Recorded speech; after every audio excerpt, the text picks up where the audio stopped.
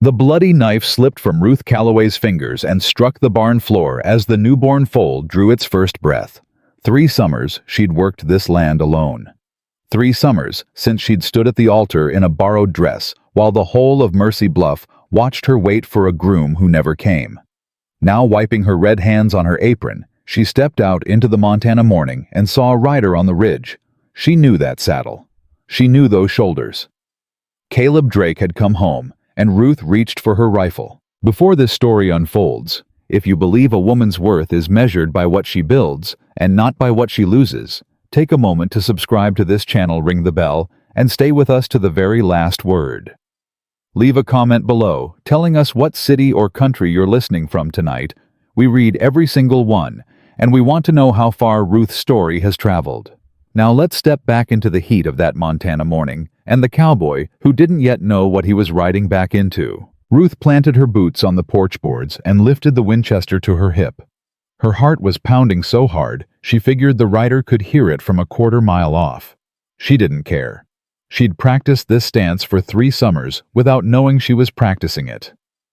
"Don't come another step," she called out. The rider reined up. "Ruth." His voice cracked on the second syllable, like a man who'd been rehearsing her name for years and still got it wrong when it mattered. "I said don't move, Caleb Drake." She lifted the barrel an inch. "You're standing on my land now, and I reckon I've earned the right to decide who crosses it." He took his hat off. Slow. The way a man does when he knows he's in the wrong and has known it for a long time. "Your land," he said. Not a question. Not quite a statement. "That's what I said." He looked past her, past the porch, past the ranch house he'd been born in at the barn she'd rebuilt after the '74 windstorm at the corral posts she'd reset with her own hands at the grave marker under the cottonwood that hadn't been there the day he rode out of Mercy Bluff 7 years ago. He looked at all of it like a man looking at his own grave with flowers growing on it. "I didn't know," he said. "Didn't know what, Mr. Drake, that you stayed." Ruth laughed. It was a hard sound. There wasn't a pretty thing in it. "Where exactly was I supposed to go? I had one dress no kin that'd take me back, and a whole town that watched me stand alone at the Methodist chapel an hour and a quarter while the preacher pretended he didn't hear the wagon pull away. Reckon I wasn't exactly spoiled for choices." "Ruth?" "Ma'am will do just fine." He swallowed that like a man swallowing broken glass. She saw his jaw work. "Ma'am," he said finally, "I was told—" "You weren't told a blessed thing, Caleb. You decided. There's a difference, and you know it." He was quiet a long moment. The wind moved the brim of his hat between his fingers. A mare whinnied somewhere behind the barn. Ruth did not lower the rifle. "Your father's dead," she said. It wasn't kindness.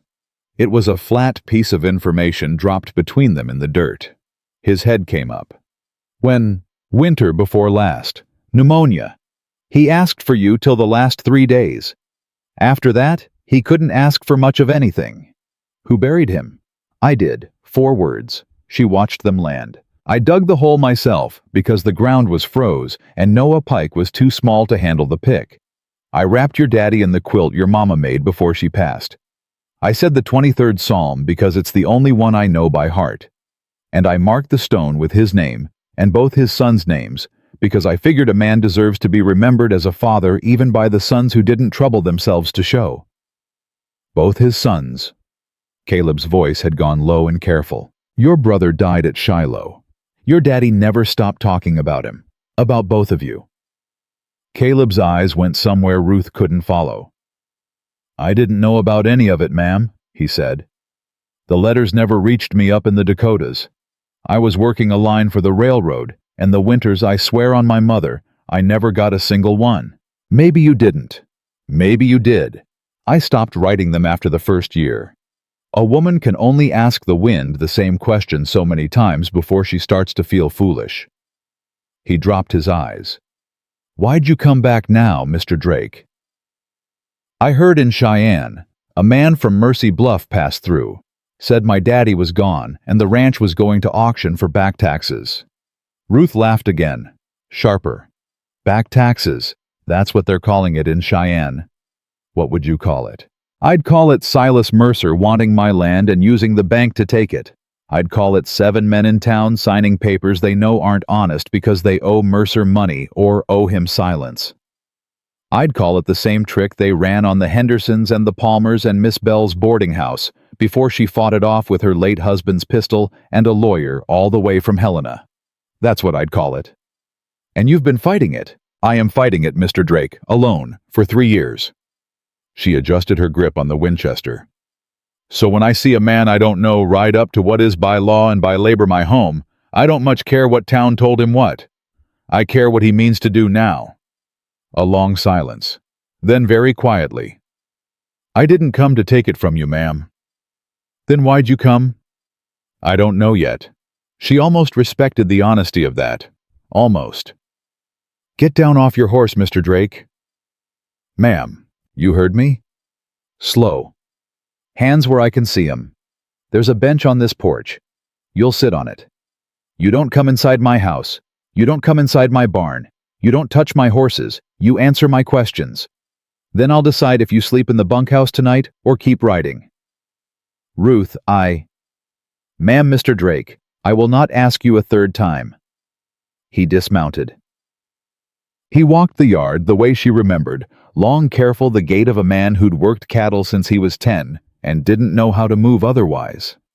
But the shoulders under his dust-caked shirt were thinner than she recalled. There was gray at his temples that hadn't been there. And something in the set of his mouth she didn't recognize, something cornered and tired and ashamed. He sat on the bench the way a man sits for sentencing. Ruth leaned the Winchester against the porch rail, but kept it within arm's reach. She folded her arms. She did not sit down. Ask ma'am, he said. You want coffee first. I don't reckon I deserve coffee from you, ma'am. No, you don't. That's not why I offered. Then why'd you? Because my mother raised me, and the fact that yours did a piece of work on you doesn't mean I'm going to forget how I was brought up. He almost smiled. Then he remembered himself, and the smile died before it got to his mouth. Coffee'd be kind, ma'am. She went inside and came back with 2 tin cups. She set one beside him. She kept the other for herself. Why did you leave Caleb Drake?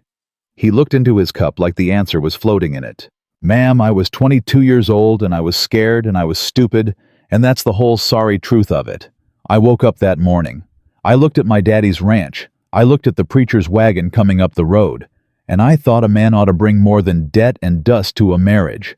I thought I'd ride up to the rail country for a season, make some money, come back, do it right. And instead, a season turned into a winter turned into a year turned into the kind of shame a man can't ride back through. Every time I thought about coming home, I saw you standing at that chapel in your borrowed dress, and I couldn't face it. So I didn't. Who told you it was a borrowed dress? What? Who told you it was borrowed? You weren't there. He went very still. My daddy's first letter, he said. The one I did get. He wrote it. He wrote that you stood there an hour and a quarter. He wrote you wouldn't sit down. He wrote that when the preacher tried to take your arm, you shook him off and said you were waiting on your husband. Ruth said nothing. He wrote that the women of Mercy Bluff cried for you, and the men wouldn't look at you, and when you finally walked out of that chapel, you walked out like a woman going to bury somebody. And he said he never in his whole life felt more ashamed to be my father. Your daddy was a good man. I know it, ma'am. You didn't. I do now. She turned her face toward the ridge because she did not want him to see what was in it. Ma'am, he said. His voice was low and careful, the way a man speaks to a spooked mare. If you tell me to get back on that horse and ride, I'll ride. I won't argue. I won't even ask for a meal. But if there's one thing I can do to help you hold this place against Silas Mercer, I'd like to do it before I go. Not because I'm owed anything. I know I'm not. Because my daddy is buried under a stone you carved, and I've got a debt that isn't going to get any smaller by my riding off from it again. Ruth was quiet a long time. You still know how to handle a green horse, she said. Yes, ma'am. You still know how to read a banknote. Well enough. You still carry that colt your daddy gave you for your 15th birthday. He reached back, almost surprised, and touched the pistol at his hip. "Yes, ma'am." "Then you're going to need all three of those things before sundown Thursday." "Why Thursday?" "Because that's when Silas Mercer rides into this yard to tell me the ranch is his, and I've been praying on what I was going to do about it. And I reckon the Lord just answered in a way I didn't expect. And I am not yet sure I am grateful for it." She looked at him then. Looked at him the way a woman looks at a wound she isn't certain will close. "You hear me, Caleb Drake?" "Yes, ma'am." "You don't sleep in this house. You don't eat at my table. You don't call me by my Christian name. Not yet. Maybe not ever. You take the bunkhouse and the work, and we will see what kind of man 3 years in the Dakotas made of you." "Yes, ma'am." "And if you ride off before Thursday, if you leave me standing alone a second time in my life, I will know something about you that no amount of later years will ever unknow." "I won't ride off, ma'am." "We'll see." She picked up the Winchester and carried it inside. The screen door closed behind her with a sound Caleb Drake felt in the center of his chest. He sat on the bench a long while, the coffee gone cold in his hand. He thought about his father. He thought about the grave under the cottonwood. He thought about how a woman he'd left in a borrowed dress had dug that grave with her own hands while he was cutting rail ties 2 states north. He didn't cry. A man raised by Amos Drake did not cry standing up. But something in his throat worked like a bone that had set wrong and was trying to find its proper shape. "Mr. Drake," he turned. A boy not quite 14 stood at the edge of the yard with a bridle in one hand and a mistrust in his eyes that made him look 30 years older. "That's me son. Miss Ruth says you're to come help bring the bay colt in from the east pasture before it gets any hotter. She says you're to watch how he moves and tell her if the fetlock's still favoring. She says if you don't know what favoring looks like, you're to say so now, and she'll send Ben Harlow instead. I know what favoring looks like." "Reckon we'll see, sir." The boy turned on his heel and walked toward the barn without waiting. Caleb followed. "Son, what's your name?" "Noah Pike." "Pike. You Zeb Pike's boy?" "Was. He passed me winter before last. Same fever took your daddy, sir. Miss Ruth paid for the stone." Caleb did not know what to say to that. "She paid for a lot of stones," the boy said without looking back. "That winter and the one after. Half the folks in the ground at the churchyard got there with a board off this ranch, or $1 from Miss Ruth's pocket. She don't talk about it. Miss Martha Bell does. Miss Martha says this whole town would have fallen in on itself if a Christian woman hadn't planted her boots in the door and pushed back." "A woman standing in a door," Caleb said. "By herself?" "Yes, sir." "How many men offered to stand with her?" Noah Pike stopped walking. He turned around. He looked at Caleb Drake with a gaze that did not belong on the face of a boy of 14. "How many you reckon, sir?" "I reckon none." "Reckon you reckon right." He kept walking. They found the bay colt at the far end of the east pasture working slow in the shade. Caleb watched it move, watched it turn, watched it trot when Noah whistled. The fetlock was tender, not hot. The animal would mend with rest and a liniment wrap. "Tell her it's going to heal," Caleb said. "Keep him off rocky ground a week. Soft feed. Don't work him." "I know how to tend a horse, sir." "I'm sure you do. Miss Ruth taught me." Caleb looked at the boy. "She taught you horses?" "She taught me near everything I know, sir. My mama was gone. My daddy was dying. I was 10 when I came to this ranch and asked for work, and she took me on when nobody else in town would. She taught me to read a ledger. She taught me to saddle a green horse. She taught me to shoot straight and to keep my mouth shut around men who lie for a living. If she asked me to stand between her and the devil himself, I'd do it. Reckon I still will." The boy mounted up without another word and rode toward the house. Caleb stood alone in that pasture for what felt like a long time. By the time he came back down to the yard, a second horse was tied at the rail. Black, expensive saddle, silver on the bridle. A man stood on Ruth's porch hat, still on his head, facing her across the threshold. He was talking in the low, easy voice of a man used to being listened to. Ruth had the Winchester in her hands again, but this time the barrel was pointed at the porch boards. "Silas Mercer," Caleb said under his breath, "7 years." The banker had thickened some gone grayer at the temples, bought better boots. But the smile had not changed, and the smile was the thing Caleb had always disliked most about him. Mercer saw Caleb before Ruth did. His smile adjusted itself smooth as a drawer sliding shut. "Well, I will be damned," Mercer said. "Amos Drake's boy, back from the dead." "Morning, Mr. Mercer." "Morning, son. It surely is a fine one." He turned to Ruth with his hat still on. "Miss Calloway, you didn't mention you had company." "He isn't company." "He isn't, is he?" Mercer's eyes slid back to Caleb. "A man doesn't like to interrupt a family reunion, ma'am, so I'll make this quick. The paper I mentioned, Thursday, 3 o'clock, the council room above the hardware store. You bring your deed, you bring your ledgers, you bring your statements on the back taxes. We will settle the matter like neighbors." "We will settle it," Ruth said. "That is all I'm asking." "It isn't, Mr. Mercer. It never has been." Mercer touched the brim of his hat without removing it. He turned his smile on Caleb. "Son, if I were you, I would think carefully about whether I wanted to be standing on this particular porch on Thursday afternoon. A man's name is a fragile thing, and yours is attached to some unfortunate history in this town." "So's yours," Caleb said. Mercer's smile did not flinch. That was the thing about Silas Mercer. You could not make him flinch. "Thursday, Miss Calloway." He mounted. He rode. The hoofbeats faded down the road. Ruth did not lower the Winchester until the last of the dust had settled back into the yard. Then she turned to Caleb Drake in the full hard light of the land she had saved, and she said, "3 days, Mr. Drake. You ask me why you came back.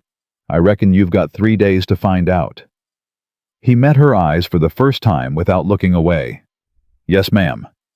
And the screen door closed behind her a second time. The bunkhouse door creaked when Caleb pushed it open that first night, and a man he hadn't seen in 7 years looked up from the edge of a cot with a tin cup halfway to his mouth. "Well," Ben Harlow said, "if that don't beat every blessed thing. Evenin', Ben." "Evenin'," he says. "Evenin', like he just come back from checking the north fence." Ben set the cup down real careful. "Son, I watched your daddy go into the ground. I watched that woman up at the house dig the hole. I watched her put a Bible in my hands and ask me to read because her throat wouldn't make the words. Don't you evenin' me, Caleb Drake?" "I know it." "You don't know the half." "Then tell me the half." Ben stared at him a long moment. Then he picked the cup back up and drained it. "Tomorrow," the old man said. "Tonight, I got to decide if I can stand to look at you across a breakfast table without reaching for a skillet." "Fair." "Bunk's the one by the window. Blankets are clean. Miss Ruth keeps a clean house even out here. Boots off at the door." "Yes, sir." "Don't sir me either, boy. I ain't your daddy. Your daddy is dead." Caleb didn't sleep that night. He lay on top of the blanket with his hands folded across his chest like a body laid out, and he listened to the summer wind push at the eaves, and he tried to count how many times in 7 years he had thought about coming home, and how many times he had found a reason not to. He lost count somewhere past 50. At 4:30 in the morning, the lantern in the ranch house came on. At 4:40, he heard the screen door. At 4:45, Ruth Calloway was already at the pump, and by the time Caleb got his boots on and got outside, the water was drawn, the stove was lit, and she was standing at the corral rail with her arms folded, watching the bay colt move in the dawn. "Mornin', ma'am." "Mornin', Mr. Drake." "Ben told me you wanted me at the Ledger's first light." "I did not tell Ben any such thing." "He said you did." "Then Ben was testing you, and you passed because you got up. Come inside." He followed her into the ranch house for the first time since he'd ridden out of the yard 7 years ago in his wedding shirt. He did not look at the furniture. He did not look at the curtains. He did not look at the table where his father used to eat. He looked at the floor. A man could keep his composure looking at a floor. "Sit down." "Ma'am?" "Not there. That was your father's chair. I don't sit in it. I don't let Noah sit in it. I reckon you can decide for yourself whether you want to." He looked at the chair. He looked at her. He pulled out the one across from it. She set a ledger in front of him. Thick, leather, worn at the corners. You said you could read a banknote. I can. Then read this one. Tell me what's wrong with it. He opened the ledger. 3 minutes passed. He turned a page. Another minute. He turned another. This interest column. What about it? It's not running even. Keep looking. It jumps.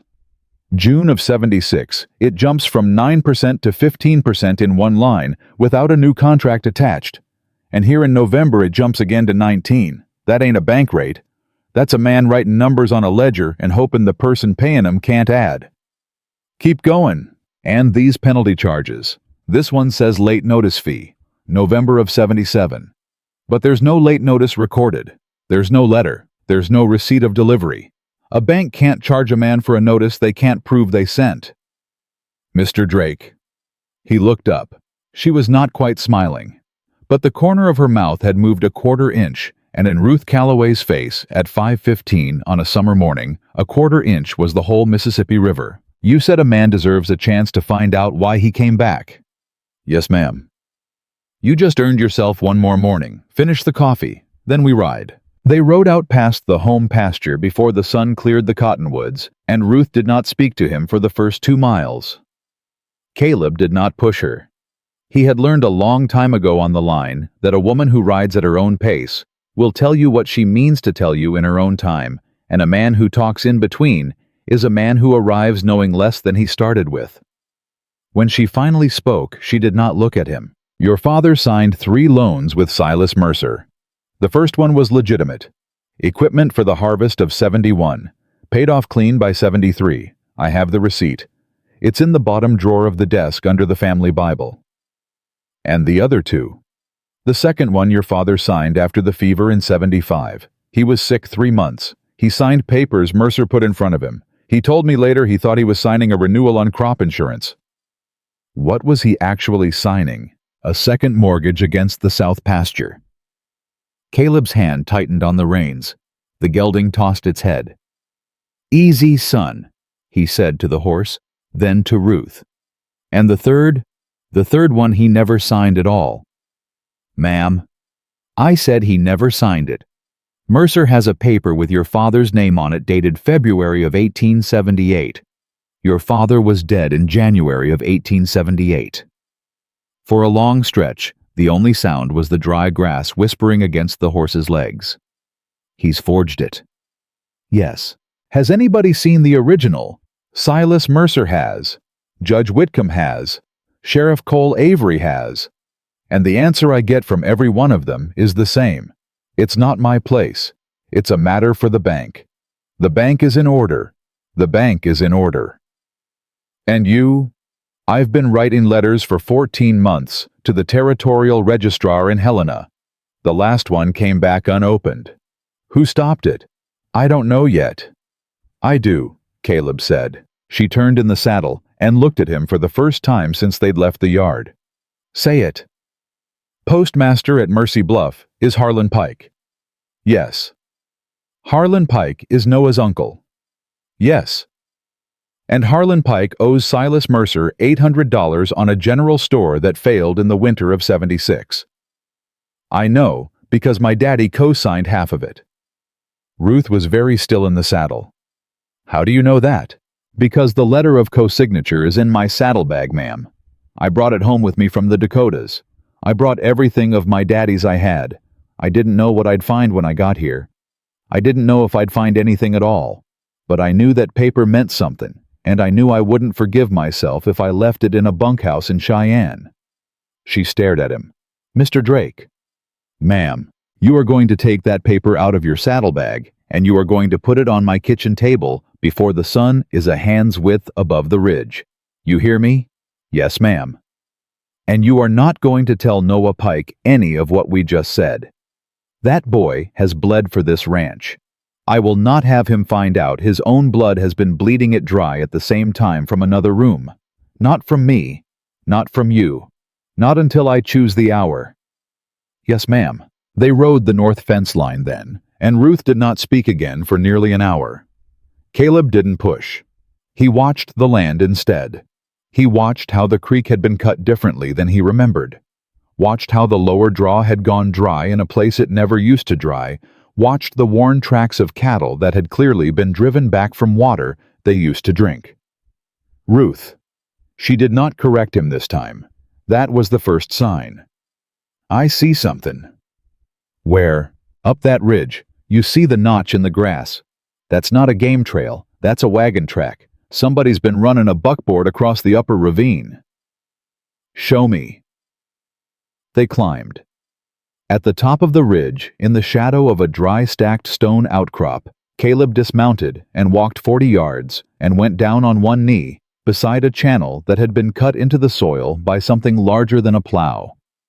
Somebody diverted this creek. I suspected it. It ain't a suspicion, ma'am. This is a cut ditch filled with brush, so nobody ridin' below'd see it, but it's forced the water east across the boundary. Whoever owns the ground east of here has been stealing your lower water for at least 2 summers. Who owns it east of here? Silas Mercer. Bought it off the Henderson widow in '76. Ruth closed her eyes. That's why my cattle have been thin, she said. That's why 3 wells went bad. That's why the calves didn't take weight last summer. It wasn't the drought. Not all of it. No, ma'am. I have been working myself to the bone for 2 years on water that a man stole from me. Yes, ma'am. She pressed her knuckles against her mouth. She was not crying. Ruth Calloway did not cry in front of men she had only just begun to tolerate. But her shoulders moved once and then once more, and then she lowered her hand and said, Mr. Drake. Ma'am, I need you to understand something. I have stood in the door of my own home for 3 summers and told myself the reason I could not feed my cattle was God's weather and a widow woman's lack. I have carried that like a stone in my chest. I have written it in my prayers. I have believed it.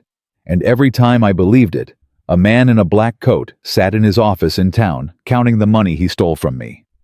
I understand. No, you do not understand. Because you have never been told by a whole town that the reason your life fell down was that you were not man enough to hold it up. And now I find out the ground was cut from under me on purpose. He looked at her. He didn't speak. That is the first thing you are going to understand if you mean to stand on this ranch, Caleb Drake. I am not angry, I am losing. I am angry I was lied to about the fight. Yes, ma'am. Then we restore this water. Today. Ruth, it'll take 3 men with spades a full afternoon to break that ditch, and Mercer's got somebody watching the upper ridge, or that wagon track wouldn't be fresh. Then he will know we know. Yes, ma'am. Good. Let him know. Thursday is the day after tomorrow, Mr. Drake. I'm done being polite. They rode back at a gallop, and she sent Noah for Ben. And Ben came with the long shovels and a jug of cold coffee, and Caleb took off his shirt in the summer heat, and went into the upper ravine with 2 men who half an hour before had been ready to watch him hang.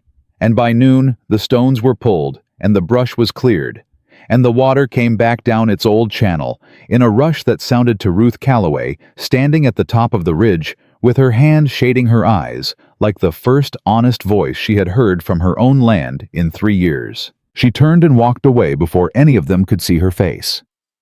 By the time they rode in for dinner, 2 things had happened. The first was that Martha Bell was sitting on the porch.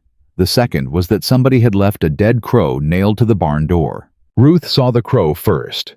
She did not flinch. She did not speak. She walked past it like it was a weather vane, and went up the porch steps to meet Martha Bell with a warmth in her voice that Caleb had not heard from her once since he'd come back. Martha. Ruth, honey. You oughtn't have ridden out in this heat. I oughtn't have waited as long as I did. I came to tell you what I heard this morning at the boarding house, and I came to tell you in person because I will not trust it to a note somebody else might read. Come inside. It'll keep till these men wash. But you listen close, Ruth. Silas Mercer was in my dining room at 5 o'clock this morning. He was meeting with 2 men I did not know. Drifters, maybe, but clean drifters. The kind a man pays for by the day. What did they talk about? The barn. Whose barn? Your barn, Ruth Calloway. Mercer said, and I will give you his exact words because I wrote them down on a laundry slip the minute he walked out. Mercer said, a ranch without a barn is a ranch without a winter. Then he said, make sure the widow sees it before Thursday. Ruth went very still. Caleb, standing at the bottom of the porch steps with his shirt stuffed in his hand, went still with her. Martha, Ruth said. Yes, honey. Did anyone else hear that? Just me, and I was in the hallway pretending to sort napkins. Would you swear it before a judge? I would swear it before the Lord Ruth Calloway. I have been waiting 20 years to swear it before somebody. Ruth reached out and took Martha Bell's hand in both of her own. Don't go home tonight. Stay in the guest room. I'll send Noah back to lock your boarding house and bring you clothes in the morning. Ruth, if I don't come back tonight, Mercer will know I warned you. Mercer is going to know by morning anyway. I'd rather you be alive and known than dead and quiet. Lord, honey, stay. Martha Bell stayed. Caleb walked to the barn door with Noah and Ben in tow. He pulled the nail out of the crow's neck. He lifted the bird down with his hat underneath it, so that none of the women on the porch would have to look at the blood on the planks. He carried it around behind the barn, and he laid it in a shallow hole he dug with the edge of a shovel, and he covered it with dirt the way his father had taught him to cover anything dead. A man came across on his own land, whether it was a crow or a coyote or a sorrow. When he came back out, Noah was standing with his fists tight at his sides. Mr. Drake, say it, son. If anybody lays a hand on Miss Ruth or Miss Martha, I am going to shoot him myself. You won't. I will, sir. You won't, Noah Pike, because if you shoot a man over Ruth Calloway, you hang for it, and then Ruth Calloway has lost one more thing, and she has lost enough. You hear me? The boy's eyes filled. He did not let the tears fall. Yes, sir. Come help me set the watch. They set the watch. Caleb took the first half of the night with the Winchester across his knees on the porch. Ben took the second half from the bunkhouse window with his own Spencer rifle. Noah slept with the kitchen door unlatched so he could hear anyone try it. Ruth and Martha Bell sat in the front room by lantern light, and at one point Caleb heard the older woman say, Ruth, if I'd had a sister, I'd have wanted her to be you. And he heard Ruth Calloway answer, Martha, you have been my sister for 3 years. I was just too proud to say so. Nothing came for the barn that night. But at 2 in the morning, somebody fired a single rifle shot from the ridge a mile east of the house, and Caleb heard it land in a cottonwood not 20 feet from where he was sitting, and he knew what it was meant to say. We can reach you whenever we choose. He did not go inside to tell Ruth. He waited until first light. When he did tell her over coffee at the kitchen table with Martha Bell still asleep in the guest room, Ruth only said, then Thursday gets moved up. To when? Today. Ma'am, I'm not going to sit in this house and wait to be burned out of it on a schedule Silas Mercer wrote for himself. We ride into Mercy Bluff today, before noon, before he expects us. We walk into Judge Whitcomb's chambers. We put the ledgers on his desk. We put your co-signature paper on his desk. We put Martha Bell in his parlor as a witness. And we make him decide right there in front of God, and whoever's in the street, whether the law in this county means anything at all. And if he decides it doesn't, then at least we'll know, and at least I'll have stopped pretending I was going to be saved by asking nicely. You'll have every man in that town looking at you. Mr. Drake. Ma'am. They have been looking at me for 7 years. I can't tell you what a relief it would be to finally give them something worth the trouble. Caleb stood up. I'll saddle the horses. Saddle 3. Martha rides with us. Yes, ma'am. He was at the door when she spoke again. Caleb. He turned. She used his given name for the first time since he had come home. It landed in the kitchen like a cup set down careful on a wood table. If this goes wrong, she said, I want you to know. I did not let you back onto this land because I forgave you. I haven't yet. Maybe I won't. But I let you back on because I watched you dig a crow's grave last night so a 60-year-old widow wouldn't have to see the blood. And I thought that boy's father raised him. Amos Drake raised him. The ranch raised him. And whatever took him off in a wedding shirt 7 years ago didn't finish the job of unraising him. I saw that with my own eyes. And I wanted you to hear it before we ride into town." He stood in the doorway a long time. The screen door pressed against his back. "Ma'am," he said finally, and his voice was rough. "If I am any part of what my father raised, it is because you carved his name in stone and said the 23rd Psalm over him when I should have been the one to do it. And I will ride into town with you today. I will ride into fire with you today. And whatever comes of it, I am not going to leave you standing alone a second time in my life. Not at an altar, not at a grave, not at a bank, not ever." Ruth Calloway set her coffee cup down. She did not answer him in words. But when she walked past him to go saddle her own horse, her shoulder brushed his on the way through the door, and neither of them stepped aside, and both of them knew it. Noah was already at the corral. Ben was already loading the Spencer. Martha Bell was already in the kitchen, buttoning the second button of her Good Sunday blouse with hands that did not shake once. And down in the town of Mercy Bluff, Silas Mercer was sitting in the back room of the bank, telling a man in a black coat that by sunset on Thursday, the Calloway Ranch would belong to the Mercer Land and Title Company, and the cowboy who had ridden in 3 days early could hang with the widow if he wanted, because nobody in this county was going to stand up for either one of them. Silas Mercer had not in his calculations accounted for Martha Bell. He had not accounted for a dead crow nailed to the wrong door. He had not accounted for a rifle shot at 2 a.m. that missed a cowboy by 20 feet and landed instead in a piece of cottonwood where a widow had carved her late protector's name 3 winters before. And he had not accounted for the fact that Ruth Calloway at 6:15 on a summer morning in the year 1878 was already in the saddle with a ledger under her arm and a man at her side and a witness at her back, and she was riding into Mercy Bluff at a canter, and she was not coming to beg. She was coming to collect.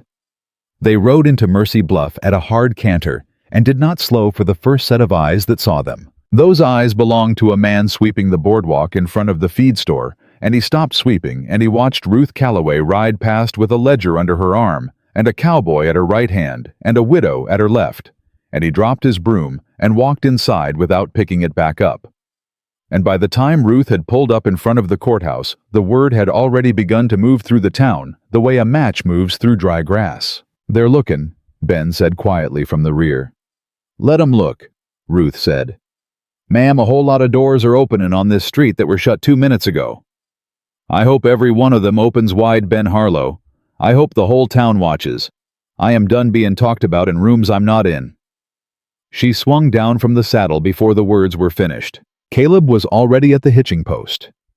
Martha Bell gathered her skirts and stepped down with the help of Noah's steady arm, and Ruth turned to the boy and said, "You stay out here with Ben. You hold these horses.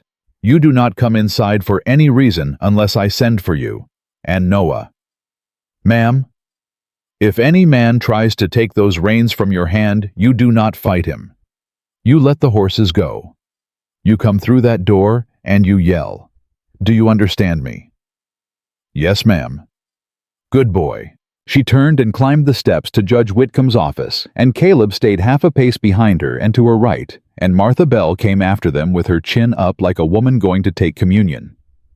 The clerk at the front desk was a thin man named Horace, who had been thin for as long as Caleb could remember, and he looked up from his paperwork, and his mouth opened and then closed and then opened again. "Miss Calloway." "Horace. The judge is not taking appointments this morning." "I did not come for an appointment. I came for an audience.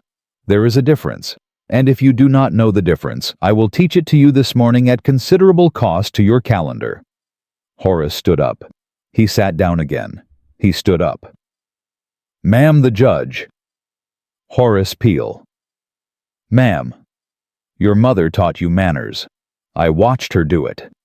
Now step aside, or I will tell her at church on Sunday what kind of man her son grew up to be." Horace stepped aside. Judge Whitcomb was behind his desk with a cup of coffee halfway to his mouth, and his eyebrows went up when the door opened, and they went all the way up when he saw who was walking through it. "Ruth?" "Judge." "I was not expecting—" "No, sir, you were not." She set the ledger on his desk. Not gentle, not hard. Set it like a woman puts a thing down where it ought to be and intends to leave it there. Judge Whitcomb, I am going to speak plain because I rode 4 hours in the heat to get here, and I did not ride in the heat to listen to a man I have known since I was a girl. Tell me that the law is complicated. I have one question for you, and I will have my answer before I leave this office. Did Silas Mercer file a loan paper in your court with my uncle's name on it dated February of 1878? The judge set his cup down. Ruth, yes or no, sir? Ruth, these matters are yes or no, Judge Whitcomb. He rubbed his forehead. Yes. My uncle was dead in January of 1878. I am aware that he passed. He was dead, Judge, in the ground, under a cottonwood, with a stone above him that I myself carried up from the creek bed because there was no man in this town willing to carry it for a widow's keep. My uncle did not sign a paper in February of 1878. He did not sign a paper, and you know he did not sign a paper, and you took that forgery into your court, and you stamped it. The judge's face went the color of old paper. Ruth, now listen. I am listening, sir. I am listening with both ears. The handwriting was examined. By whom? By a qualified. By whom, Judge Whitcomb? I asked you a plain question. By Mr. Mercer's own clerk. Caleb saw the muscle jump in Ruth's jaw. He saw her hand tighten on the corner of the desk, but her voice, when it came, was as level as a mason's line. So the forger verified his own forgery. Ruth, and you accepted it. Ruth, the territory is behind on appointments. We don't have an independent examiner in this county. I did what the circuit allowed. You did what Silas Mercer paid you to do. The judge stood up. Now you listen to me, young woman. No, sir. You listen to me. I have Amos Drake's son standing in your door and in his saddlebag. He has a co-signature letter dated 1876 in the hand of his father, who was alive and lucid, and signing his own name, and that letter binds Silas Mercer to a set of obligations he has spent 7 years pretending did not exist. I have Martha Bell behind me, and she will swear on a Bible this hour that Silas Mercer sat in her dining room at 5 o'clock yesterday morning and ordered a fire set in my barn before Thursday. I have a cut ditch on the upper ridge of my property that diverts my water onto Silas Mercer's land. I have a rifle ball in a cottonwood tree 20 feet from where that cowboy was sitting at 2 o'clock this morning. I have a dead crow nailed to my barn door, and I have 3 years of a widow's work that proves I am not leaving that land alive. She pulled a second paper from inside the ledger, and I have this. It is a letter I mailed to the territorial registrar 14 months ago. It came back to me last week with the seal broken and the contents read. Harlan Pike's postmark is on the reverse. Harlan Pike owes Silas Mercer $800. You know this. Every man in this town knows this. And the letter I wrote never left this county because Harlan Pike opened it and turned it over to the man he owes, and the man he owes made sure the registrar never heard from me. Ruth, Judge Whitcomb. I am a widow. I am 31 years old. I was left at an altar in this town in 1871 by a man you watched ride out the door while you stood on the front steps of your own chapel and said nothing to stop him. I have not asked this town for a thing since that day. I did not ask for charity. I did not ask for pity. I did not ask for a husband. I asked only that when I paid my taxes and buried my dead and ran my land, I would be treated as a citizen of this county and not as an inconvenience to be waited out. And I am telling you this morning in this office that you are going to do one of two things. You are going to open an inquest into Silas Mercer's paperwork before the sun is overhead, or you are going to resign your bench before the end of this week, because if you do not do one or the other, I am going to ride to Helena myself, and I am going to put these ledgers and these letters and this witness on the desk of the territorial governor, and I am going to bring this county's whole dirty house down around your ears until the territory sends a circuit rider from Montana to shake what's left of it out. Judge Whitcomb sat back down. He sat down slow. The chair creaked under him like a tired old dog. For a long moment, nobody spoke. Caleb's pulse was loud in his ears. Martha Bell's hand had crept up to her throat and stayed there. Then the judge said very quietly, Ruth Calloway. Sir? You have aged me 10 years in 10 minutes. I have aged myself 7 years in 7 years. I no longer have the patience for the slow kind. I will need time. You will have until 3 o'clock this afternoon. The council room above the hardware store. You will call Silas Mercer. You will call Sheriff Avery. And you will conduct the inquest in open session where every person in this town who wants to listen can hear it. Because I will not be heard in a back office again, sir. Not ever. 3 o'clock. 3 o'clock. She picked up the ledger. She turned toward the door. And at the door she stopped, and she looked back over her shoulder, and she said, "And Judge Whitcomb." "Yes, Ruth." "My uncle thought you were his friend. He spoke your name the night he died." The judge's mouth moved without sound. Ruth Calloway walked out of his office. Caleb and Martha Bell followed her into the hall, and halfway down the staircase, Martha caught Ruth's elbow and said under her breath, "Honey, your hands are shaking." "I know it." "Can you make it to the horse?" "Martha, I could walk to Helena right now barefoot." Caleb almost smiled. He did not quite let it reach his mouth. They had not reached the bottom of the courthouse steps before a man in a black coat stepped out of the doorway of the bank across the street.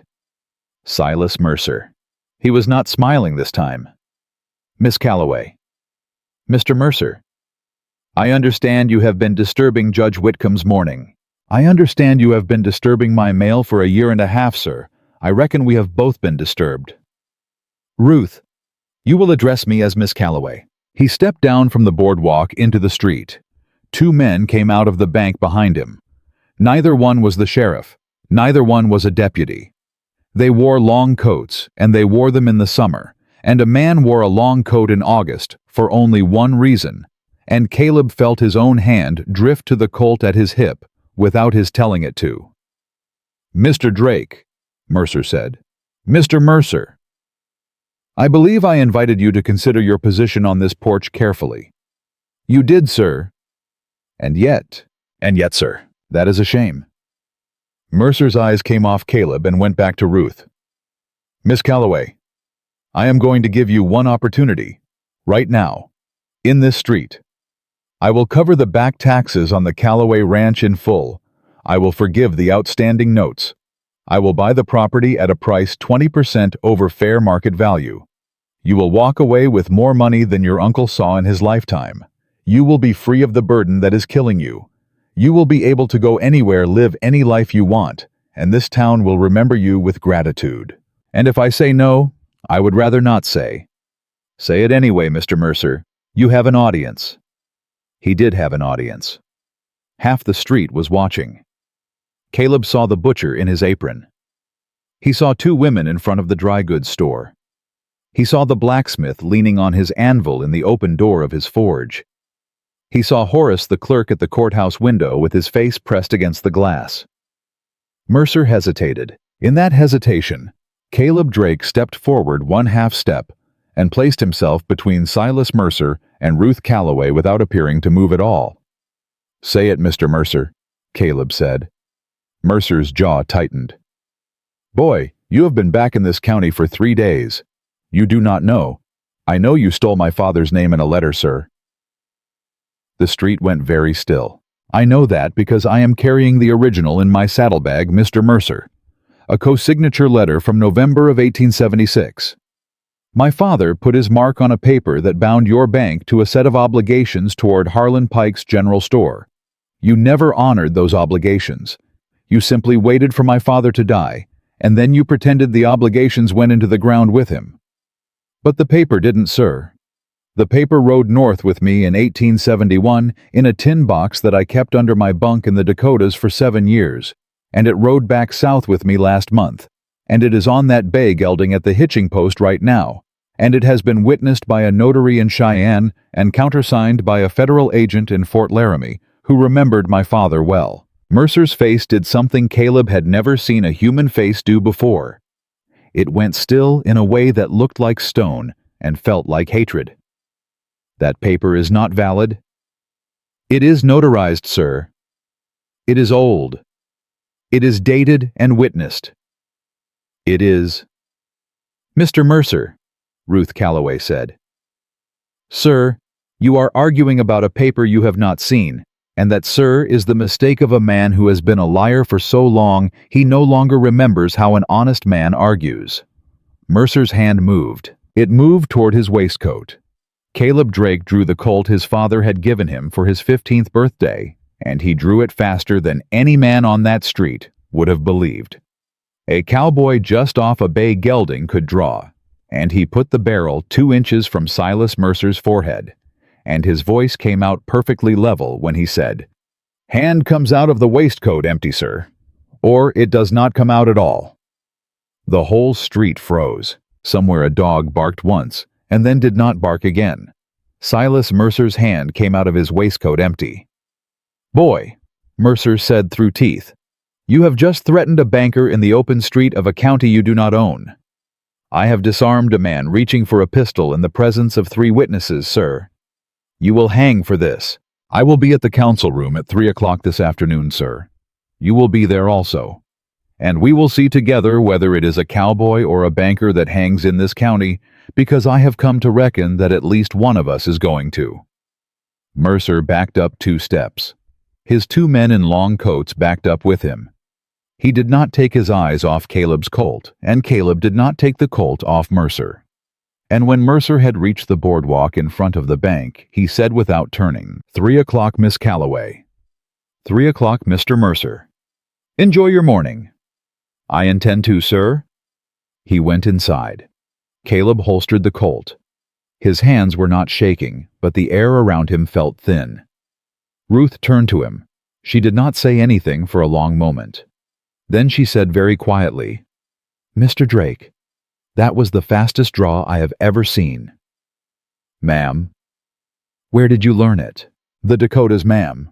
There are things a man learns on a line camp when there are no neighbors for 40 miles. "I thought you were cutting rail ties." "I was cutting rail ties, ma'am. I was also on occasion not cutting rail ties." "I see." "Ma'am." "We will speak of that later." "Yes, ma'am." They had not made it halfway to the horses when Noah came running up the street toward them, and the look on his face was a look Caleb had last seen on a man at Shiloh who had come out from under a dead horse and was trying to remember how his legs worked. "Miss Ruth?" "What?" "Smoke." "Where?" "The ranch, ma'am. The ranch. I seen it from the top of the livery. Black smoke, ma'am. Big smoke. From the direction of the hay shed." Martha Bell put her hand over her mouth. Ruth did not. Ruth turned on her heel and said one word, and the word was, "Ride." They rode. They rode like people do when the thing being burned is not a building but a life, and the 4 hours it had taken them to come in. They made back in 2, and the horses were lathered to the chest. By the time they cleared the last ridge and the smoke, Noah had seen from the livery in town was by then a black column that leaned to the south in the summer wind. And even before they crested the rise, Caleb could smell hay burning, and under the smell of hay he could smell something worse, which was the smell of harness leather and tack oil and the walls of a structure that stored more than just feed. They came over the ridge at a dead gallop. The outer hay shed was gone. The near wall of the main barn was on fire. And a dozen yards from the barn, on his knees in the dirt with blood running down the side of his face, was Ben Harlow holding a rifle across his lap and staring at the fire like a man who had already decided he was going to die in front of it. "Ben." "Miss Ruth?" "How many?" "3, ma'am. 2 I saw. 1 more fired from the ridge. I got 1 of 'em. The other 2 rode east." "You're bleedin'." "Yes, ma'am. The one I got, he got me back. I apologize for letting them get this close." "You did not let them, Ben Harlow. They got past you because you were 1 old man against 3, and if you weren't here, I would not have a barn wall standing." "Half a barn wall, ma'am." "Half is more than none. Caleb." "Ma'am." "Horses first, tack second, hay last. If it gets to the house, we abandon the barn and save the house. Go." Caleb went. He went into the barn through the side door because the front was already engulfed, and he cut the nearest 2 horses free of their stall ropes with the knife from his boot, and he slapped them hard on the haunches to drive them out the back. and he went deeper into the barn for the bay colt that Ruth had asked him to check the fetlock on the morning before, and he was 3 stalls deep when a roof beam above him snapped with a sound like a rifle shot, and he heard Ruth scream his name from somewhere outside the barn, and the beam came down. It did not come down on him. It came down across him. It hit his shoulder first, and it drove him to one knee, and then the second half of the beam rolled off the collapsing rafter and pinned his leg against the floor of the stall. And the bay colt was screaming not 10 feet from him, and the flames were already licking across the hayloft above. And Caleb Drake thought very clearly, as a man sometimes does in the last seconds, "I came back to die on the same floor my father died on, and it is more than I deserve, and it is less than she does." Then Ruth Calloway was in the stall with him. She had come into a burning barn. She had come in with her sleeve over her mouth and a crowbar in her hand. A crowbar Caleb had not seen her carry out of the yard, and she drove the flat end of the bar under the beam, and she threw her whole weight onto the handle, and the beam moved an inch and then 2 inches, and she screamed at him through the smoke. "Pull, Caleb! Pull your leg! Pull!" He pulled. His leg came free. His boot did not. The leather had caught under a splinter of wood and torn, and he came out of the boot sock-footed, and Ruth grabbed him by the collar of his shirt with the strength of a woman who had been moving hay bales alone for 3 summers, and she dragged him backward, 6 feet through the smoke, and the bay colt came free of its stall rope on its own, in the panic, and bolted past them out the rear, and the 2 of them came out of the barn in a tangle of limbs and ash. Just as the loft above the stall they had been in collapsed inward with a roar. They lay on the ground 20 feet from the barn wall. Her hand was on his chest. Her other hand was in his hair. She was checking for blood for a wound for the thing she had come in after him expecting to find. "Caleb." "I'm here." "Caleb Drake, you lose a boot before you lose a breath. You hear me?" "Yes, ma'am." "You do not die on me. Not in my barn. Not on my land. You do not get to die before I have forgiven you." "Yes, ma'am." "Say it." "I won't die, Ruth." Then she let go of him because Martha Bell was hollering for water, and Noah was dragging a saddle out of the smoke, and Ben Harlow was on his feet again, staggering toward the water trough with his bleeding head, and there was no more time to be a woman who had almost lost a man. There was only time to be a woman who had a ranch to save. They saved the main barn. They did not save the hay. 2 hours later, when the fire was down to embers, and the near wall of the main barn was black, but standing, Caleb was sitting on an overturned bucket, with Noah winding a strip of bandage around his ankle, and Ruth was going through the pockets of the dead man. The dead man was a drifter with no identification, but inside his coat pocket, folded twice, was a piece of paper. Ruth unfolded it. She read it. She went very still. "Caleb." "Ma'am?" "Come here." He limped over. She handed him the paper without a word. It was a bill of payment. It was made out for $50 in gold. It was signed with a name that Caleb knew, and the name was not Silas Mercer. The name was Harlan Pike. "Noah's uncle," Ruth said. "Yes." "The postmaster." "Yes." "Paid a man to set my barn on fire." "Yes."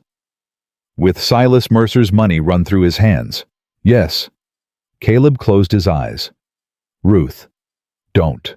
Ruth, Noah is 14 years old, and his uncle just tried to burn this ranch to the ground, and in 2 hours, I have to walk into a council room in Mercy Bluff and stand next to that boy while I tell a judge the truth about his only living kin. I know it. He's going to hate me. Maybe, maybe not. But there is a worse thing. Caleb Drake and I am going to say it now because the day is running short." He opened his eyes and looked at her. Her face was streaked with soot. There was a cut over her eyebrow.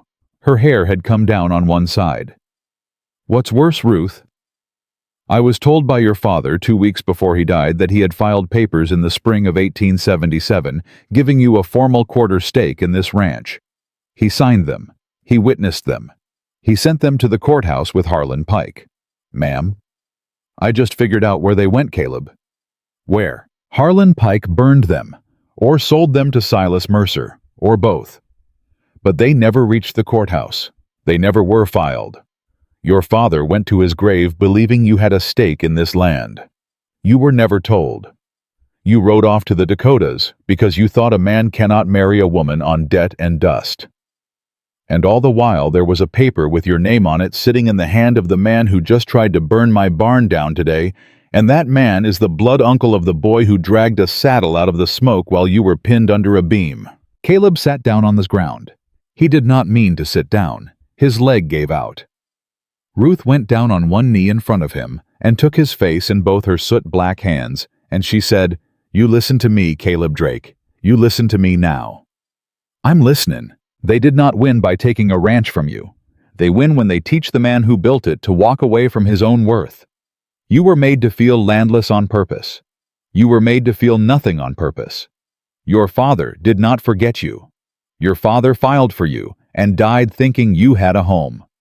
That home has been waiting for you 7 years, and the man who stole it from you is going to walk into a council room at 3 o'clock this afternoon thinking he has already won. Ruth, we are going to put his name in that room. His name, and Harlan Pike's name, and Silas Mercer's name. We are going to put Martha Bell in the chair, and we are going to put Ben Harlow's bleeding head in the chair after her, and we are going to put this bill of gold in the judge's hand, and we are going to put that forged February letter beside it. And then, Caleb, we are going to find out if there is one honest man left in Mercy Bluff. Just one. Because that is all we need." He pressed his forehead against hers. He did not kiss her. He did not touch her beyond that. He only pressed his forehead against hers in the ash and the smoke and the ruin of a hayshed that had been standing that morning. And he said, "I came back because I was tired of running from a shame I could not outride. I know it. I stayed because I found a woman who would not let me die in a barn. I know it. We go to town. We go to town." She stood up. She held out her hand.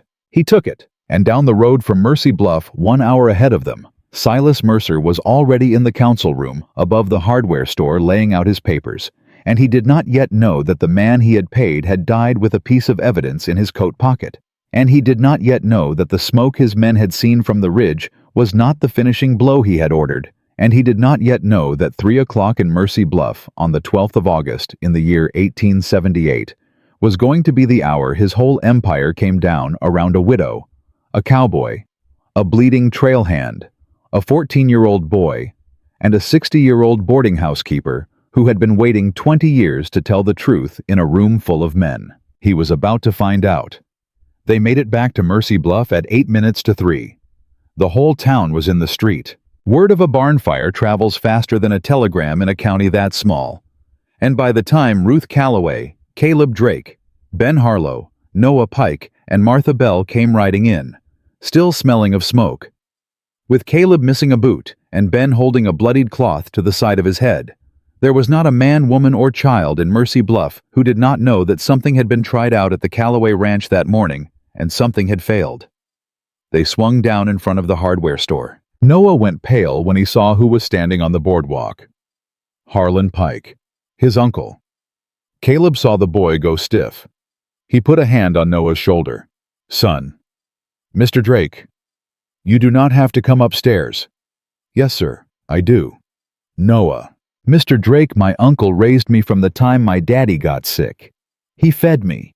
He put shoes on my feet. And this morning, I watched a man bleed out of Ben Harlow's scalp because of something my uncle paid for. I am going upstairs, sir, because I will not be the only one in this family who stood in the dirt and said nothing."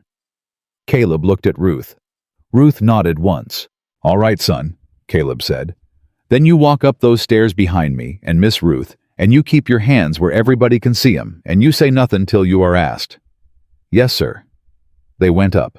The council room above the hardware store was already full.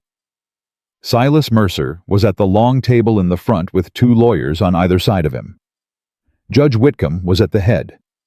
Sheriff Cole Avery was leaning against the back wall with his thumbs in his belt and a face that was trying to be expressionless and was not quite managing it.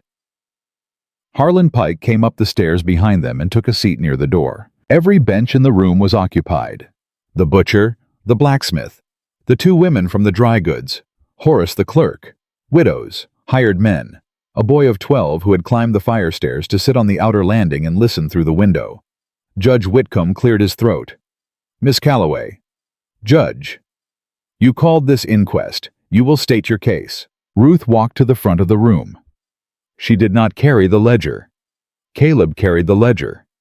She carried nothing in her hands at all, and that mattered because in the stillness of that room, a woman walking to the front of it empty-handed looked like a woman who did not need a prop to speak what she had come to say. She turned. Judge Whitcomb, Sheriff Avery, Mr. Mercer, ladies and gentlemen of Mercy Bluff, my name is Ruth Calloway. I am the legal heir of my uncle Thomas Calloway's ranch, and I have been the sole operator of that ranch for 3 years, 2 months, and 11 days. This morning, at approximately 11:30, 3 men rode onto my property and set fire to my hay shed and the near wall of my barn. One of those men lies dead in my yard. The other 2 escaped east. The dead man had this on his person. She held out her hand. Caleb put the folded bill of payment in it. She held it up. This is a bill of payment drawn for $50 in gold, dated yesterday, signed by Mr. Harlan Pike, postmaster of this town. The room made a sound. It was not a gasp. It was the small noise that a room full of people make when something they have suspected for years is said out loud for the first time. And it is a sound that sits somewhere between relief and shame. Harlan Pike stood up. That is a lie. Mr. Pike, the paper bears your signature. I have known your hand since I was 19 years old. So has every man in this room who ever received a letter through your office. Miss Calloway. Sit down, Mr. Pike. I will not. Sit down, sir, or I will have this cowboy beside me. Sit you down, and you will find it less dignified the second way. Harlan Pike sat down. Ruth turned back to the judge. I have further information. I called to the witness bench Martha Bell. Martha came forward. She did not tremble. A woman who had run a boarding house in a frontier town for 31 years did not tremble in front of bankers. Mrs. Bell, did Silas Mercer eat breakfast in your dining room at 5 o'clock yesterday morning? He did, Ruth. Did he meet with 2 men you did not recognize? He did. Did you hear him say the following words? A ranch without a barn is a ranch without a winter. Make sure the widow sees it before Thursday. I did, Ruth. And I wrote the words on a laundry slip the minute he walked out of my door, and I have that laundry slip in my pocket. I will swear before the Almighty that they are his words as I heard them. She pulled the slip from her pocket. She laid it on the judge's desk. Silas Mercer's lawyer stood up. Judge, with respect, this is hearsay. It is not hearsay, sir. Ruth did not turn her head. It is a first-hand ear-witness account written down within 5 minutes of the event by a woman who has not been drinking, has not been coerced, has no financial interest in this property, and who came to me voluntarily. A territorial court will accept it, and if this court does not, I will carry it to a territorial court myself. The lawyer sat down. I call next to the witness bench Mr. Benjamin Harlow. Ben came forward with his bandaged head. He sat in the chair with his Spencer rifle across his knees and did not apologize for it. Mr. Harlow, you are a veteran of the Army of the Cumberland. You fought under General Thomas at Chickamauga. You are 61 years old. You have worked for the Calloway Ranch for 9 years. Yes, ma'am. Did you at approximately 11:30 this morning witness 3 armed men ride onto the Calloway property and set fire to the hay shed? I did. Did you return fire? I did. Did you kill one of them? I did, ma'am. May the Lord have mercy on his soul and on mine. Did the other 2 flee east toward Silas Mercer's property? They did. Thank you, Mr. Harlow. Ben rose. He did not leave the front of the room. He took up a position against the wall behind the witness chair, and he kept the Spencer across his forearm, and every man in the council room who had been thinking about rushing the proceeding noted the Spencer, and every one of them decided against it. Judge Whitcomb. Miss Calloway. I called to the witness bench Mr. Caleb Drake. Caleb stood up. He felt Noah's hand brush his sleeve on the way past the bench. A boy's hand. Small for 14. Not quite steady. He reached the front of the room. He turned. Silas Mercer was staring at him. The look in Mercer's eyes was not a banker's look. It was not a dealer's look. It was the look of a man who had built a house of cards for 15 years and had just watched the first card wobble, and he was trying to decide whether to blow the whole thing down himself and deny it or to stand still and pray. He stood still. It was the wrong choice. "Mr. Drake," the judge said. "Sir, you will state your relation to the matter." "Sir, my name is Caleb Drake. I am the only living son of Amos Drake, who broke the first sod on the land, now known as the Calloway Ranch, in the spring of 1859 before the war. My father was a business partner to Thomas Calloway, Miss Ruth's late uncle. The two of them held that ground together for 20 years. My father died in January of 1878. Continue. 2 weeks before my father's death, he filed papers with this courthouse giving me a formal quarter stake in the Calloway Drake land. He signed those papers in front of 2 witnesses. He sent them to this courthouse by way of the postmaster of Mercy Bluff, Mr. Harlan Pike, who sits in this room today. Those papers were never received by this court. I have confirmed that with the clerk, Mr. Horace Peel, who is sitting behind you, sir, and who has already testified to Miss Calloway this morning, that no such filing was ever recorded in the 1877 ledger." Horace Peel at the back of the room went very red. "Mr. Drake, how do you know these papers existed?" "Because Miss Calloway told me this morning, sir. My father spoke of them to her 2 weeks before he died. Miss Calloway knew. My father knew. Harlan Pike knew. Silas Mercer knew. The only man in this story who did not know was me, sir. I rode out of this county in 1871 thinking I owned nothing. I rode back in this week thinking I owned nothing. I spent 7 years of my life on a rail line in the Dakotas cutting timber for another man's track, because I believed I was a landless man, and all the while there was a paper with my name on it in the hand of the postmaster of the town I was born in, and that postmaster had been paid to make it disappear." He paused. "Sir, I did not come back to this county to claim that land. I came back because my father was dead, and I wanted to stand at his grave. But the grave I stood at was dug by a widow with a shovel, and the ground was froze, and she said the 23rd Psalm over my father, because my brother was dead at Shiloh, and I was 3 states north cutting rail ties. I did not know the rest. I know it now. And I will say in this room for this record that what was done to my father was not a matter of a postmaster misplacing a letter. It was a matter of a banker buying a postmaster's debt and calling it a purchase of silence." Silas Mercer's lawyer stood up again. "Judge!" "Sit down, counselor." "Judge with respect, my client." "I said sit down." The lawyer sat down. Judge Whitcomb turned his head and looked at Silas Mercer for the first time since the inquest had begun. He did not look at him the way a bought judge looks at a man who owns him. He looked at him the way an old dog looks at the rider who has been beating him with a switch for 10 years and has just run out of switch. "Silas." "Judge, you will answer one question." "Yes, Judge." "Did you, in February of 1878, file a loan document in this court bearing the signature of Thomas Calloway, dated the 14th of February, 1878? "I did, Judge." "Was Thomas Calloway alive on the 14th of February, 1878? Silas Mercer did not answer. "Silas Mercer, was Thomas Calloway alive on the 14th of February, 1878? "Judge." "Answer the question, sir." He had passed on, Judge, but the document was a re-execution of a verbal agreement made prior to. Silas. "Judge. I have known you for 22 years. I have bought bread from your bank. I have borrowed against this courthouse's budget through your office.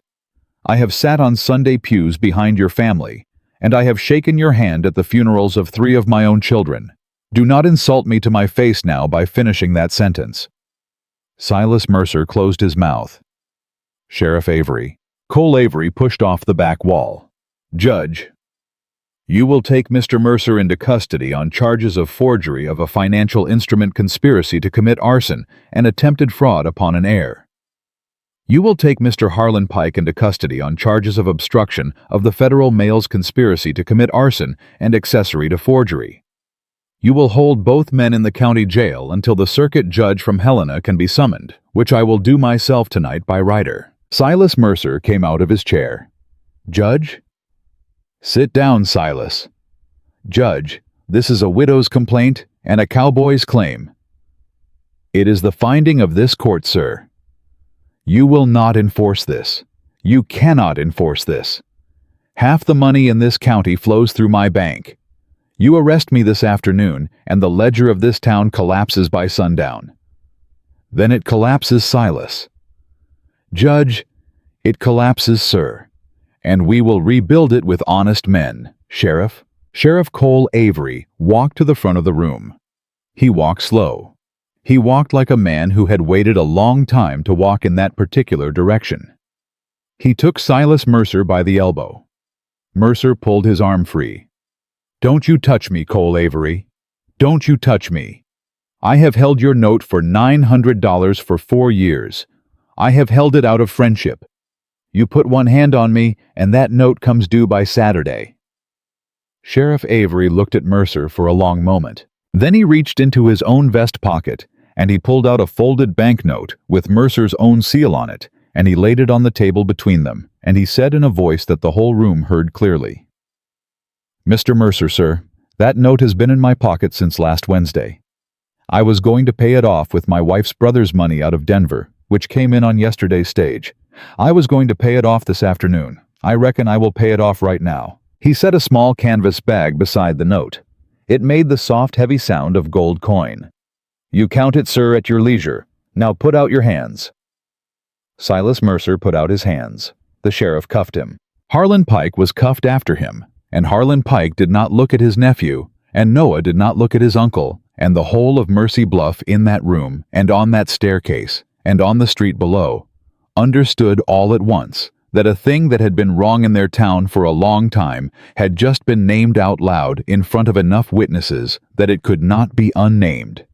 Judge Whitcomb sat back in his chair. He was a tired man. He had been a tired man before that afternoon. He would be a tired man for the rest of his years.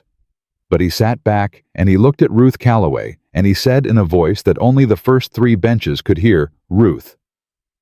Sir, your uncle was my friend. Yes, sir. And I did not act as his friend would have asked me to. No, sir, you did not. I am sorry, Ruth. Sir, I am not the one you need to tell. The one you need to tell is lying under a cottonwood at the top of my lower pasture, and you can ride out any Sunday you please, and the stone is marked plain. I will, Ruth. Yes, sir. Mr. Drake. Caleb turned. Sir, you will submit your co-signature letter and any supporting documentation to this court by end of business tomorrow. I will personally guarantee that your quarter stake in the Calloway-Drake land is recorded and filed backdated to April of 1877, which was the date your father intended. You have my word. Thank you, sir. Do not thank me, son. I do not deserve thanks. I deserve to sit on this bench and be looked at by the daughter of the man I failed until I retire from it, which I will do at the end of this year. Your thanks is not owed to me. No, sir. Court is adjourned. The room did not move for a long moment. Then it moved all at once. The butcher was the first to his feet, and he walked down the aisle with his hat in his hand, and he stopped in front of Ruth Calloway, and he said, Miss Ruth, my wife has been saying for 2 years I ought to say something, and I did not, and I am sorry for it, and I will butcher any beef you bring me for a year at no charge to settle what little I can settle of it. Ruth took his hand in both of hers, and she said, Mr. Henley, go home. Hug your wife. Tell her she was right. The blacksmith was next, then the 2 women from the dry goods. Then Horace Peel, the clerk, who could not speak at all and only stood there with his hat twisted in his hands until Martha Bell took pity on him and said, Horace, honey, you go on home and you tell your mother the judge's own clerk stood up today. She will be proud. She has been waiting to be. By the time Ruth and Caleb walked out of the council room and down the stairs into the street, 23 people had come through the aisle and said something to her, and 4 of them had wept, and one of them was Sheriff Cole Avery, who had walked Silas Mercer to the jail and come back and stood at the foot of the stairs with his hat off and said, Miss Calloway. Sheriff, I have been a poor lawman for 4 years. Yes, sir, you have. I'd like to be a better one. Then be one, sir, starting tomorrow morning, starting with the men east of my ridge. Yes, ma'am. And Sheriff, ma'am. You go home tonight, and you thank your wife's brother in Denver. Because that gold in the bag was what kept you a free man this afternoon. A man who carries a debt to a liar is half a liar himself. You were not free until you set that bag down." "I know it, Miss Calloway." "Now go." He went. Ruth stood in the street with Caleb at her right shoulder and Ben at her left, and Noah behind her, and Martha Bell on her arm. The summer sun was still high. The air still smelled of smoke off the ridge. Somewhere a dog was barking again. The doors of Mercy Bluff were open all along the street, and for the first time in 7 years, the people behind those doors were watching Ruth Calloway the way a town watches a woman it has finally decided to be ashamed of itself in front of. She turned to Caleb. "Mr. Drake?" "Ma'am?" "You have a stake in a ranch." "Yes, ma'am." "You are no longer a hired man." "No, ma'am." "You are my partner by paper and by law before the week is out." "Yes, ma'am." "And my partner has lost a boot in a barn fire." "Yes, ma'am." "Then I reckon we ought to get my partner a boot before we ride home." She walked across the street to the general store.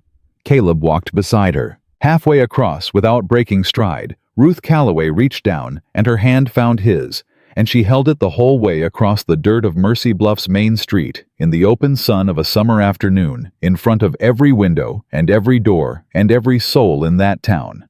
And she did not let go of it until they reached the boardwalk on the other side.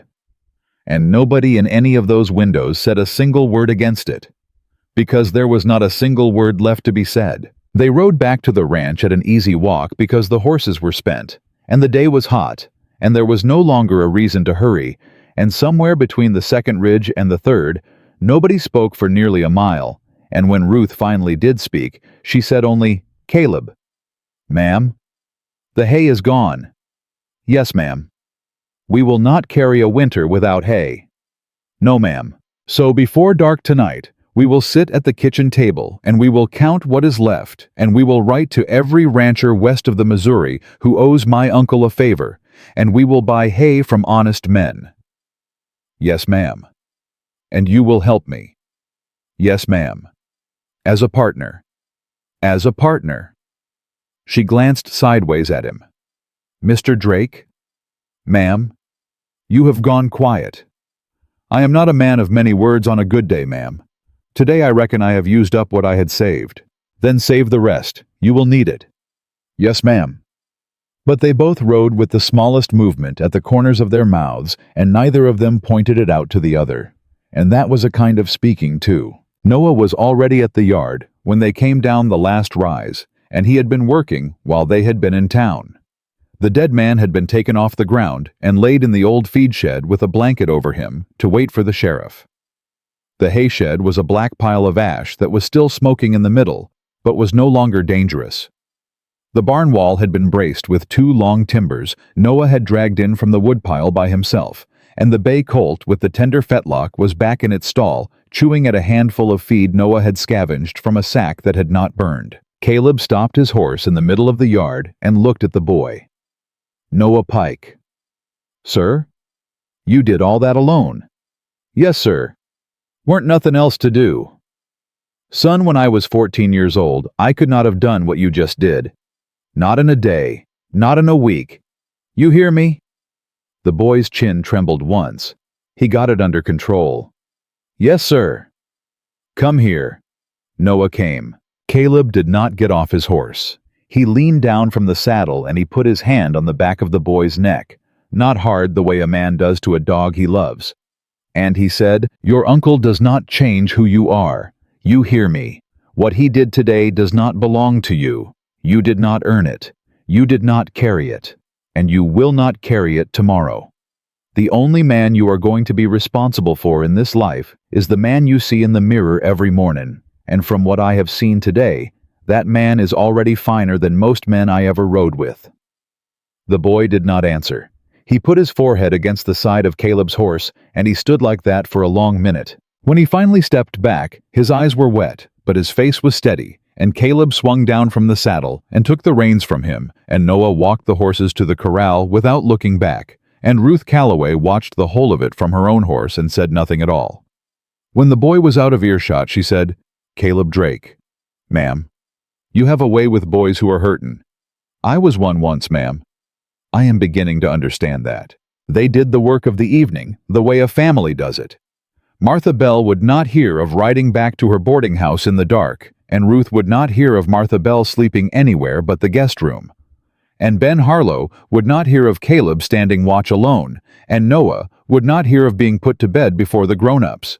And so the five of them sat around the kitchen table at 9 o'clock at night with a map of the territory spread between them and a pot of coffee that kept getting refilled and a list of names of men west of the Missouri who might sell a widow hay at an honest price. They wrote 7 letters. Ben sealed 6 of them. Noah sealed the 7th, and when he handed it to Ruth, he said, "Miss Ruth." "Yes, son." "If Mr. Drake is going to be a partner." "Yes." "Does that mean I'm going to get paid like a hired man from now on, or do I keep getting paid like a boy?" Ruth Calloway looked at the 14-year-old standing at her kitchen table, who had that morning watched a man bleed out from a rifle wound from his own uncle's gold, and she did not smile because to smile would have insulted him. Noah Pike. "Ma'am, you have been a hired man for 2 years. I simply have not been paying you the wage. I will correct it starting the 1st of September. You are owed back pay in the amount of $48, and you will have it from the first honest sale we make this fall." The boy's mouth opened. 48. Plus keep, plus boots every December, plus schooling in the winter months and Mrs. Halley's Tuesday evening class, which I will be paying for. "Miss Ruth, close your mouth, Noah. You'll catch a moth." He closed his mouth. He went to bed at a run.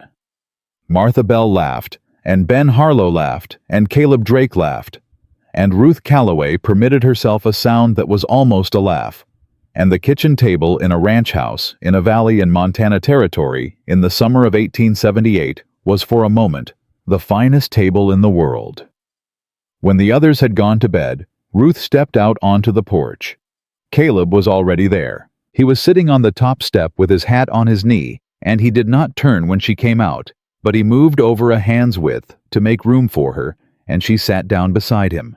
And the night was full of cicadas and a far-off coyote, and the heat of the day had finally broken, and there was a smell in the air that Caleb had not been able to name all evening, and which Ruth named for him now without looking at him. "Rain comin'." "Yes, ma'am." "First rain in 6 weeks." "Yes, ma'am." "I will not lie to you, Caleb. There is a part of me that wanted to ride into that council room this afternoon and kill Silas Mercer with my own hand. Not shoot him. Kill him. With a knife if I had to. I wanted him to know he was dying, and I wanted him to know why." "I know it, ma'am." "But I did not." "No, ma'am." "And do you know why?" "Tell me." "Because I have been told my whole life that a woman who acts out of anger has disqualified her testimony. And I decided a long time ago that no man was going to make me disqualify my own testimony. Not ever." She was quiet a long while. "But there is a part of me, Caleb Drake, that would have pulled the trigger today in that street if you had not drawn first. I want you to know that. I want you to know what you saved me from. Because it was not my life. It was my soul." He turned his head and looked at her. "Ruth." "Yes." "I did not draw to save Mercer." "No." "I drew because I could see you deciding." "Yes." "And I did not want you to carry that." "Yes." "A woman who has already buried more than her share does not need to bury a man in a cell block in her sleep every night for the rest of her years. I reckon I have seen enough men do that, and I know the weight of it, and I will not have it laid on you." She was silent. He went on because once a man who does not speak begins to speak, he sometimes cannot stop. "Ruth Calloway, I have been thinking all the way back from town about what I owe you, and I cannot find the bottom of it. You dug my father's grave. You said the 23rd Psalm when I could not. You fed and sheltered and stood up for a 14-year-old boy whose own blood sold him out. You rebuilt a ranch I let slide. You caught a lie that was so deep in the papers of this county, no man would look at it, and you carried that lie to a judge's face in a room full of people who were afraid of the man who told it. I rode in here 3 days ago, a landless man with nothing to my name but a co-signature letter and a saddle, and I will ride out of this life whenever the Lord sees fit to take me rich beyond any meaning of the word, because I had the good fortune to come back to a porch with you on it." She did not answer right away. When she did, her voice was very low. "Caleb." "Ma'am." "I am going to ask you one question, and I want the plain answer." "Ask." "When you rode out of this county in a wedding shirt in 1871, did you love me?" He was quiet a long moment. "Ma'am, I thought I did. I was 22. I had never known a woman before. I looked at you in your borrowed dress, and I thought I loved you. And now? Now, ma'am, I know I did not." She turned her head. He met her eyes. "I did not love you then, Ruth Calloway, because I did not know you. I knew a girl of 20 who wore a blue hair ribbon to church, and who laughed when I teased her about her chicken raising. I did not know the woman who dug my father's grave in frozen ground. I did not know the woman who walked into Judge Whitcomb's office this morning and aged him 10 years in 10 minutes. I did not know the woman who lifted a crowbar and dragged a man out from under a burning beam because she had not yet forgiven him and was not about to let him die without the chance. I did not know you, Ruth. The Caleb Drake who rode out of this county in 1871 did not have the equipment to love you. He could not have held you even if you had been given to him. And the Caleb Drake who rode in this week is a man who has been carrying the weight of what he did not know for 7 years, and who came back because he heard his father was dead and thought he ought to see the grave. I did not come back for you, Ruth. I will not lie about that. I did not know if you were alive. I did not know if you were married. I did not dare to think of you with hope. I came back because I was tired of running, and I found you here. And I do not know the right word for what I have felt in the 3 days since. But I know it is not the word a boy of 22 used, and it is not the word a man uses for a bride he runs from. It is a word I do not have yet. I am learning it." Ruth Calloway turned her face away from him. Her shoulders moved once. He did not touch her. He put his hand on the porch board between them instead, and he left it there, palm up, and he waited. After a long time, she laid her hand in his. She did not grip it. She simply placed it there, like a woman setting a cup down on a wood table, and her fingers rested across his palm, and neither of them closed their hand, because to close a hand around a thing that had taken 7 years to arrive would have been to risk breaking it. "Caleb." "Yes, I will tell you a thing now that I have never told a living soul, because Martha Bell is asleep in my guest room, and Ben Harlow is snoring in the bunkhouse, and Noah Pike has cried himself to sleep in the loft, and there is no one on this porch but you and me and the cicadas." "Tell it." "I did not wait at the altar an hour and a quarter because I believed you were coming back." He went very still. "I waited because I did not know where else to go." "Ruth, I had no father. I had no mother. My uncle had taken me in after the fever of '68, but he was a man, and he had his own grief, and he did not know what to do with a girl of 19. The day I stood in that chapel, Caleb, I had no bed of my own. I had a borrowed dress. I had $3 in a purse my aunt had given me before she died.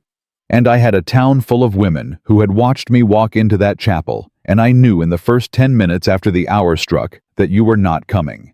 I knew it in my bones. And I stood there the extra quarter hour, not because I was hoping, but because I did not know where my feet were going to take me when I finally walked out." He closed his hand around hers. He did not mean to. It was a reflex.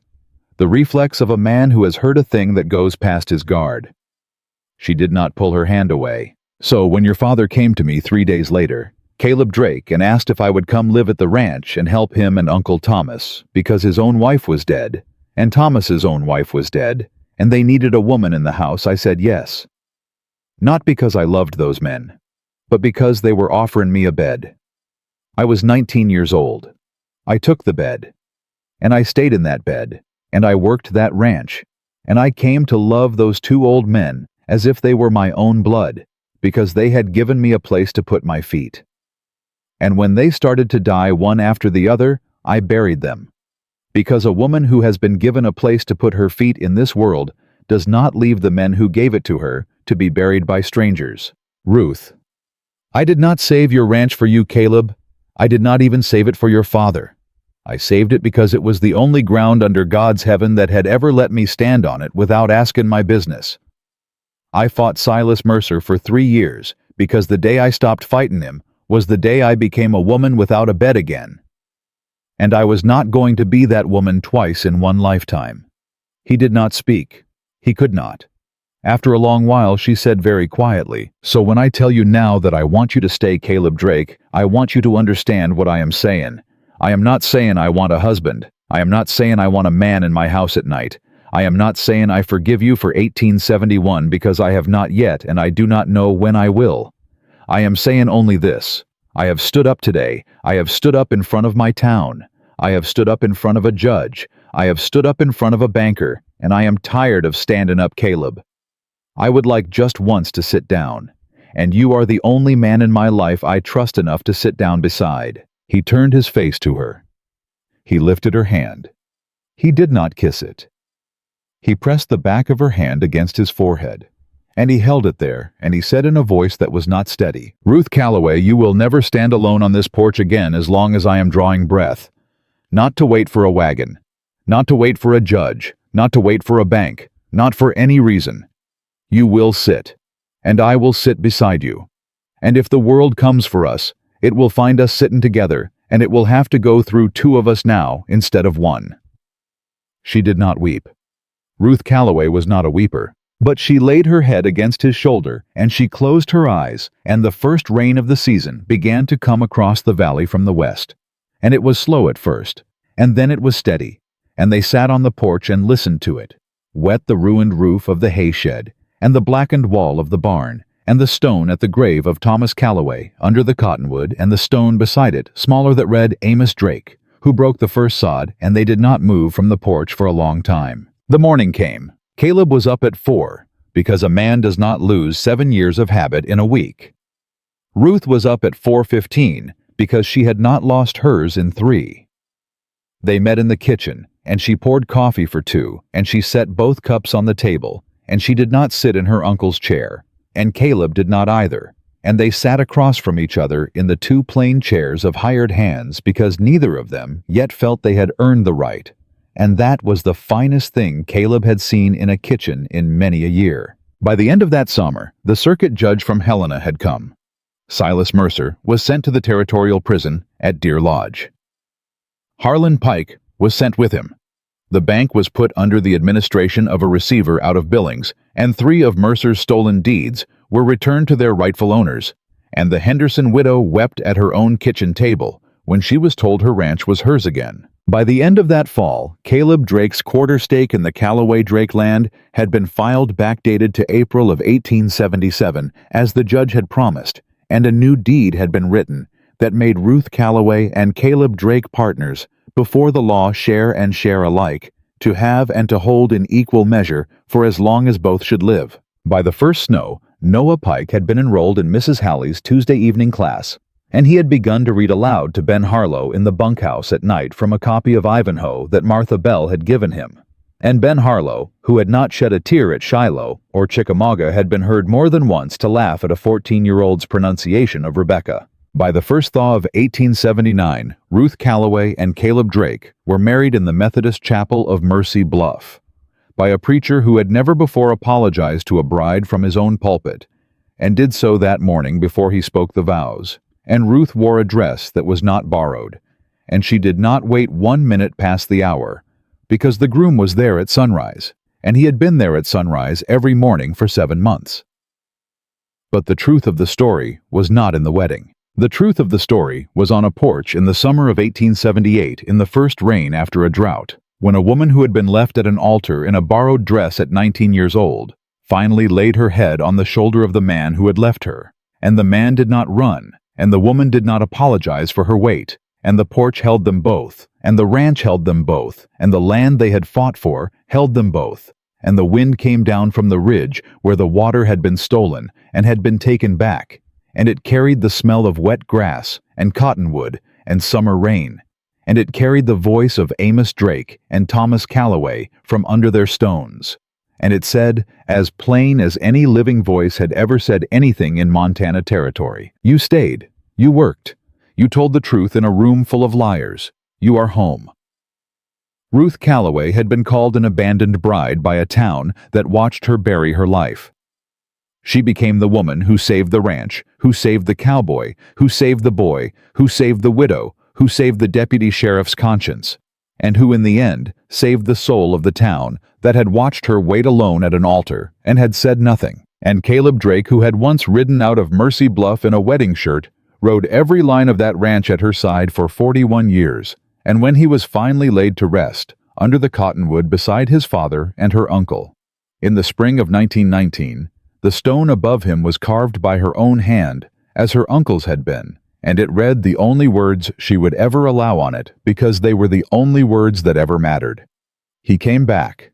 He stayed. He was hers, and she was his, and the land was theirs. And no man, no bank, no judge, no banker, no brother, no uncle, no town, and no silence ever took it from them again. That is the truth of it. That is the whole of it. That is the end.